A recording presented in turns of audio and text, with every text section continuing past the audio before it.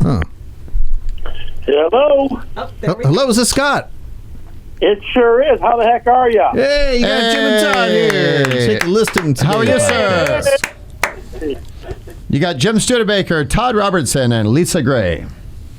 Jim, Todd, and Lisa. I talked to Lisa earlier today. Gentlemen, how we doing? Outstanding. Thanks for being available and wanting to call in today. And we have a couple of questions. This is awesome. Yeah. Ask them. What do you got for me? Our topic today, we are actually talking about agent brochures. I don't know if you've ever used those, Scott, but just talking about how to put one together that's really going to help you stand out. And I don't know if you want to speak to that at all, or if you want, you can just speak to what you've been up to during the pandemic and how you've been moving forward and keeping things going. So I don't really use an agent brochure. Well, I guess let me put it this way.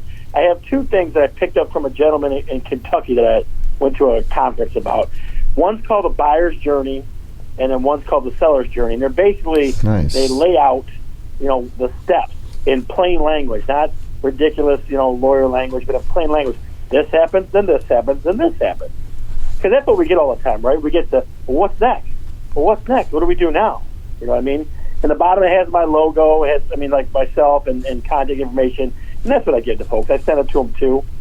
I would love to find a way to digitize it where you can turn it into like a checklist where you check stuff off. Right. But I haven't found that yet. So that's kind of the way I do that.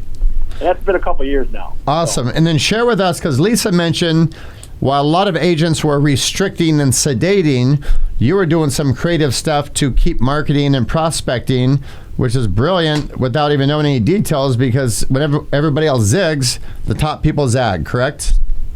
Yeah, so here's what I got. The first, maybe, I would say week, but the first few days, all you saw on Facebook was, every store is out of toilet paper, every store is out of this essential thing, every store is out of this thing, and just you saw that everywhere. So next door to our office here is a party store, and for whatever reason, they get stuff when nobody else can. So I was in there getting toilet paper for myself, and the guy goes, "How much you need?" I go, "Well, how much you got?" He goes, "I'll give you a case or two." I go, "Cool." So I shot a video in our lobby and said, "Look, if you can't find toilet paper, text me, email me, or Facebook message me, and I'll bring you some." Nice. Or I'll leave some in the office as well. All you do is come in, and say you need some, then you can take it home with you. No big deal. You'd be amazed how many people watched that video. First of all, thousands of people watched it, and then two, people reached out to me. It's during times like these, you got to do two things. You got to care about people, and then the other part, which leads into the postcards, you got to give them some laughs, right? So the first postcard we did last month was just I'm here for you, and I'll help you any way I can, with big pictures of toilet paper on it. I got it right here, Scott, actually, so I'm showing it up on the camera. One of your postcards is live. Postcard. Yeah. Fantastic. Absolutely. Yep. So the funny thing is, that's kind of the plainer one. The one from this past month, the most recent one from this month, is I made like a tongue-in-cheek checklist of ways to get through the pandemic, okay? And you pet your dog a lot. Well, you can only do that so much, your dog gets all upset, right? Or eat a whole bunch because everybody's eating. That's all I go. I'm eating this. I'm eating that. Well, the scale's not going to be nice to you, right? And then the bottom three were things that I do, content that I put out. Like we do a live show every Wednesday at 7 p.m. called Talking Real Estate. A buddy of mine, Don Lawrence, and myself, and we just cover real world stuff.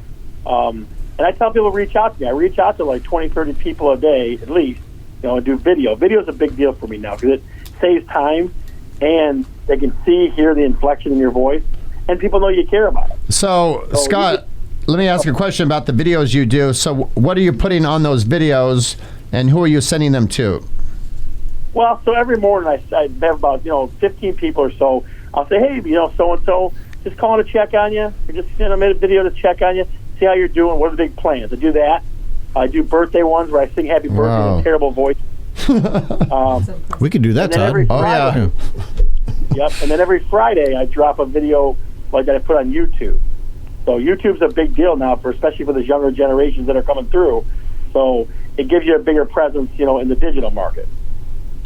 Awesome. That's great. I like that personal touch. And it's so fascinating because most people are, I would say most are scared, right?